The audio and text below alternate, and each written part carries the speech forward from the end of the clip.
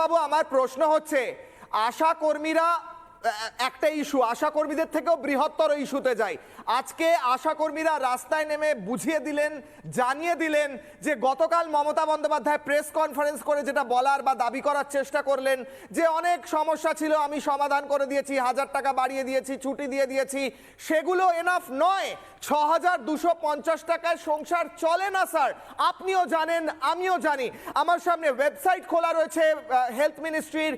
কেন্দ্রীয় সরকার থেকে 4500 টাকা দেওয়া হয়, আর 6200 টাকা আপনারা বাড়িয়ে করেছেন, অর্থাৎ স্টেট গভর্নমেন্টের যে শেয়ার সেটা সেন্ট্রাল গভর্নমেন্টের সমতুল্যও নয়।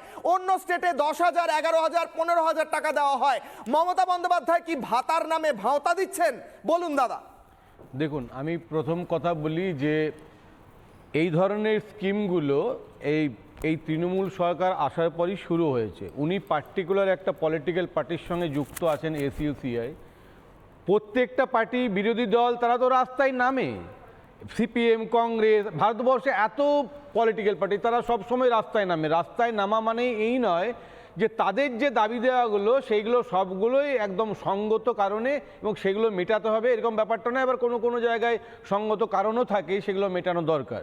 কিন্তু আপনাকে বুঝতে হবে যে এই স্কিমগুলো কিন্তু চালু করেছিল মানবিক দিক দিয়ে এই তৃণমূল সরকার, মমতা ব্যানার্জি। আমি বলছি যে এই সরকার যে পদক্ষেপগুলো নেয় সবগুলোই যে সঠিক পদক্ষেপ, সবগুলোই যে মানে সঠিকভাবে পরিচালনা করা, করাপশন ফ্রি একটা গভর্নমেন্ট, আমি কোনোটাই আমি স্বীকার করি না। আমি অনেকে বলে যে পুলিশ নিরপেক্ষ হিসেবে কাজ করে না, আমি সেটাও স্বীকার করি। কিন্তু আপনাকে কম্প্যারিজন করতে হবে। যখন এই ধরনের স্কিমগুলো ইন্ট্রোডিউস হলো বিজেপির তরফ থেকে, এই যে এসইউসিআই দিদিমণি যিনি কথা বললেন, অন্যান্য পার্টি সবাই বলতো এটা একটা ডোল পলিটিক্স। এই পলিটিক্সে রাজ্যের ক্ষতি হচ্ছে, এমপ্লয়মেন্ট জেনারেট হচ্ছে না, শুধু ডোল দিয়ে, অনুদান দিয়ে রাজ্যের ক্ষতি এবং আমাদের ট্যাক্সের টাকা এগুলো দেওয়া হচ্ছে। এইগুলো যখন বলছিল অনেক সময় আমরাও ভাবছিলাম যে এগুলো ঠিক হতেই পারে। এখনও ভাবি যে শুধুমাত্র চাকরি, এমপ্লয়মেন্ট না জেনারেট করে, শিল্প না করে, শুধুমাত্র ভাতা, অনুদান এইগুলোর মধ্যে দিয়ে থাকলে সত্যি সত্যি একটা রাজ্য বা কেন্দ্রীয় সরকার সারা ভারতবর্ষে উন্নতির দিকে যাবে না। কিন্তু আমরা দেখলাম যেই লক্ষ্মীর ভাণ্ডার 1000 টাকা, 1000 থেকে 500 বাড়িয়ে দেওয়া হলো, সঙ্গে সঙ্গে বিজেপির তরফ থেকে বলা হলো আমরা 3000 টাকা দেবো, কম দেবো তো বেশি দেবো তো কম দেবো না। তার মানে তার যে স্কিমগুলোকে মূলত তারা স্বীকার করলো সেগুলো ঠিক ছিল, তাহলে তখন কেন এটা নিয়ে প্রতিবাদ করেছিলেন? এইবার আমি পার্টিকুলারলি আশা কর্মীদের নিয়ে আসি। আশা কর্মীদের যেটা স্ল্যাব আছে, আমরা যেটা দেখছিলাম যে 5 থেকে 10,000-এর মধ্যে, কেউ 5,000 পায়, কেউ 6,000 পায়, কেউ 7,000 পায়, আপ টু 10,000। আচ্ছা বলুন তো, আশা কর্মীদের সংখ্যা এখন জানেন কত?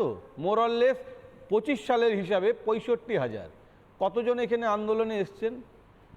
তারা তো আন্দোলন করবে, কারণ তারা তো একটা particular political leader, political party, তারা তো তাদেরকে আন্দোলন করাচ্ছে, সেটা তো করবে। কিন্তু আপনাকে জানতে হবে কে আন্দোলন করলো, কে করলো না। মমতা ব্যানার্জি নিজে ঠিক জানে। এই যে ডিএ নিয়ে কালকে কত কথা বলছিলেন, কে সুপ্রিম কোর্ট বলুক বা না বলুক, তিনি জানেন যে ডিএটা তাকে দিতে হবে এবং সে নিশ্চয়ই মানে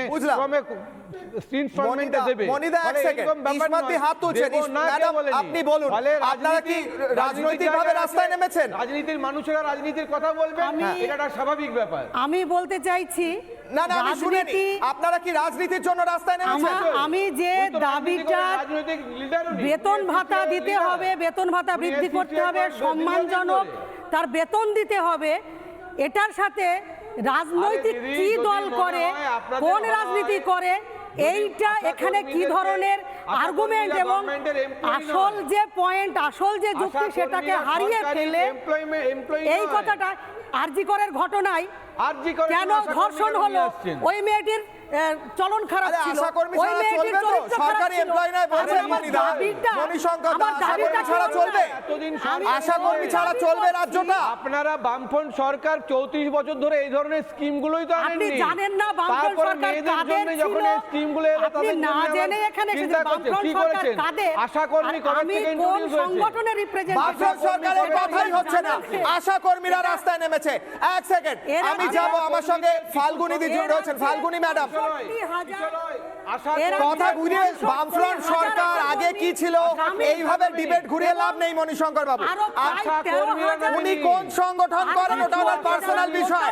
আজকে আশা কর্মীরা রাস্তায় নেমেছিলেন, আজকে নন পলিটিক্যাল আন্দোলন হয়েছে। বলবেন যে এসইউসিআই আজকে নন পলিটিক্যাল আন্দোলন হয়েছে, যে কর্মীগুলো তারা নেমেছে। কোন এসইউসিআই আজকে রাস্তায় নামেনি স্যার, আমি দেখেছি শুধু বেগুনি শাড়ি। বেগুনি শাড়ি আমি প্রথমেই মণিশঙ্কর বাবু একটা পতাকা দেখান এই র্যালিতে, এই র্যালিতে পতাকা দেখান, আমি ভিজুয়াল দেখাচ্ছি, বামপন্থী পতাকা দেখান। আমার দাবিটাকে অস্বীকার করা এটা হচ্ছে আজকের এই ধরনেরই রাজনীতি করা। আমার সত্য, আমার যেটা ন্যায্য সেইটা চাইতে গেলেই সেটা আমার হচ্ছে একটা রাজনীতি। 2011 এই কত টাকা মাইনে জিনিসটা দিত? যে একটা সংসার বলতে কি বোঝায়? সংসার বলতে কি শুধু একজন আমি বোঝাই না, আমার মিসেস বোঝায় না, আমার ছেলে বোঝায় না, আমার মেয়ে বোঝায়, একটা ফ্যামিলি বোঝায়। তাহলে আমি বলছি যে আমার ফ্যামিলিতে আমি একটা মাইনে পাই, বলছে আমি এই মাইনেটাতে সংসার চলবে কি করে? আমার মিসেস একটা পাই, ওই মিসেসের সংসার চলবে কি করে? সংসারটা হয় সবার মিলিত প্রচেষ্টায় যেটা চলে। তার মানে আমার সংসারের 5 জনে সেটা তো এক্সেপ্ট। এটা লজিক্যাল হচ্ছে না স্যার, লজিক্যাল হচ্ছে। আমি বলছি অরিত্র যে কথাটা বললো, আমি ভেবেছিলাম যে অরিত্র বারবার নিউট্রাল হিসেবে কথা বলে এবং সত্যি সত্যি যদি তৃণমূলের কিছু গন্ডগোল থাকে সেই জায়গায় কথা বলে। হেলিকপ্টারটা যখন দেখতে পাচ্ছে, অভিষেকটা দেখতে পাচ্ছে, অমিত শাহ যে পার্টির মিটিং করতে আসছে দিল্লির থেকে সেটা দেখতে পাচ্ছে না, বিজেপির নেতারা যে হেলিকপ্টার চড়ে প্লেন চড়ে বিভিন্ন জায়গায় নেতা মিটিং করতে যাচ্ছে সেটা দেখতে পাচ্ছে না। ফলে এটাকে না না আমি বলছি এই জায়গাটায় প্রত্যেকটা party Aritra standing on the same platform. আজকে যখন পার্লামেন্টে দাঁড়িয়ে যখন পেনশনের কথা ওঠে তখন কেউ প্রতিবাদ করে না, জানে যে সবারই বেনিফিট হবে। বিজেপি, কংগ্রেস, সিপিএম, এসইউসি সব মিলিয়ে এক হয়ে যায় তখন। ফলে এই জায়গাটা দাঁড়িয়ে যদি ভাবতে হয় প্রত্যেকটা পলিটিক্যাল পার্টিকেই ভাবতে হবে মানুষের জন্য, শুধু পশ্চিমবঙ্গে বললে হবে না। পশ্চিমবঙ্গে মমতা ব্যানার্জি যেটা চেয়েছিল যে মহিলাদের একটা ফিনান্সিয়াল স্টেবিলিটি,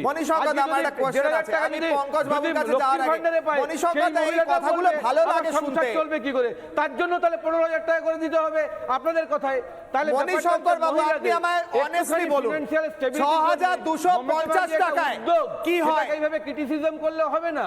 এটা ইউনিভার্সিটিতে আমি বলছি এমএলএদের ভাতা বাড়িয়ে সংসার চালানোর গ্যারান্টি হয় না। এই মহিলাদের যতগুলো স্কিম আছে, যতগুলো কন্যাশ্রী আছে, যা কিছু। মণিশঙ্কর বাবু আপনি বলছেন বিরোধীরা এগিয়ে আসুক, মুখ্যমন্ত্রী মমতা বন্দ্যোপাধ্যায় তাহলে সামলাতে পারছেন না। আপনি স্বীকার করলেন তৃণমূলের সমর্থক হিসেবে যে এবার বিরোধীদের আসার প্রয়োজন আছে। ভাতা কেন এই 5,250 থেকে 6,250 হবে? সরকারের একটা নীতি। আপনি যদি মনে করেন যে এই পলিসিটা ভাইরাস চ্যালেঞ্জ করুন না। আপনারা তো বিজেপির থেকে একটা মিটিং করার জন্য মামলা করেন সারাক্ষণ। বিজেপি শুধু মিটিং করার জন্য মামলা করেন। এই যে পলিসিটা, এই যে স্কিমটা, এটা ভাইরাস চ্যালেঞ্জ করে মামলা করতে। না না মণিশঙ্কর বাবু এটা বলে দিলেই তো হয়, মমতা বন্দ্যোপাধ্যায় বলে দিলেই পারেন যে আমি পারছি না, আমার দ্বারা হচ্ছে না। মণিশঙ্কর দা আমি এক সেকেন্ড ফাল্গুনি দি আসছি। মণিশঙ্কর বাবু আপনি যেটা বলছেন সেটা মুখ্যমন্ত্রী মমতা বন্দ্যোপাধ্যায় বলে দিলেই পারেন যে আমার দ্বারা আর সামলাতে পারছি না, বিরোধীরা আসুন আমি পদত্যাগ করে দিচ্ছি। আপনি যেটা বলছেন মুখ্যমন্ত্রী বলে দিক না। সরকারের সিদ্ধান্ত যদি মনে হয় সরকারি সিদ্ধান্ত, পলিসি ডিসিশন। নানা ধরনের কন্টেন্ট দেখার জন্য লাইক করুন, শেয়ার করুন আমাদের ফেসবুক পেজ, সাবস্ক্রাইব করুন আমাদের ইউটিউব চ্যানেল। পাশাপাশি অন্যান্য ব্রেকিং নিউজের জন্য অবশ্যই চোখ রাখুন রিপাবলিক বাংলায়।